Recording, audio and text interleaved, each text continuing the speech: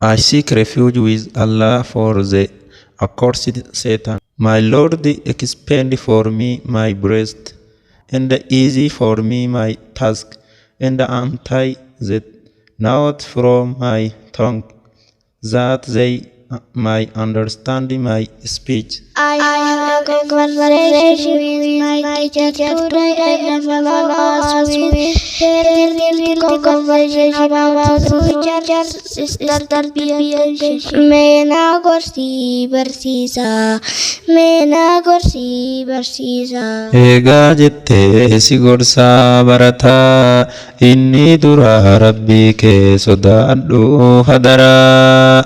Wanta isaan siin jedhan abbaa fi ummaan laafaa illee hin buusinii fayyadamii hundumaa. Hiriyaa kee kitaaba godhadhu dubbisii, waa yaadda'uun of hin jaanjessinii. Kitaaba yoo siin jedhu kan amantaa fi kan teeknolojii, kan kanarraa hafemmoo xiqqaa guddaan tuffatiin caqasii, xiqqaa guddaan tuffatiin caqasii. Yaa barsiisaa baay'ee nu gorsitanii, galata kee yoon galchee danda'a haree aninii.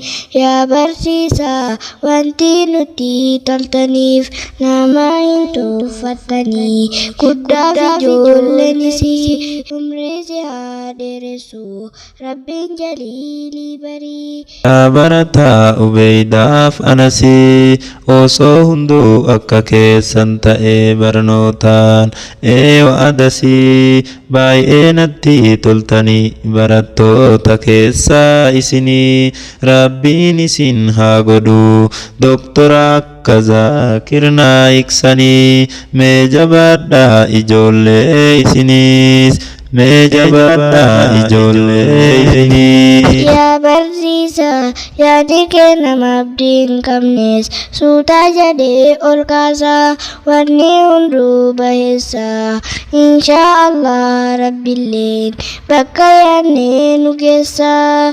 Kaayyoon kennaaf keessaniis fuuldurri isaa bal'aadhaa. Yaa rabbi taasisii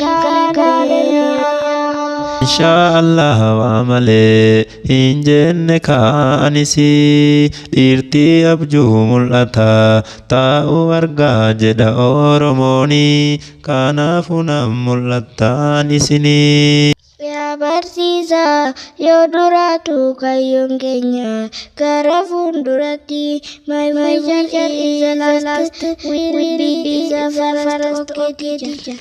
Itti fufnaa duubarraa eegara fuulduratti, darkness from brightness. Fuuldurri keenya ifa hin sodaannu nuti. Mee maal abdaattan silaa yaa ijoollee kan akkatti dhaadattaniif. Dhageeffadhu si himaa barsiisaa, kan tokkoffaa nu kakaastee nutti hortee amilee, dubattiin deebinu nutillee. Everywhere God is trust like this barsiisa.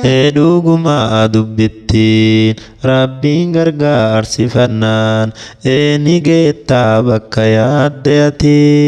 Pass you on right. God is helping you inshallah. Teacher and our family, so then teachers, thank you for listening.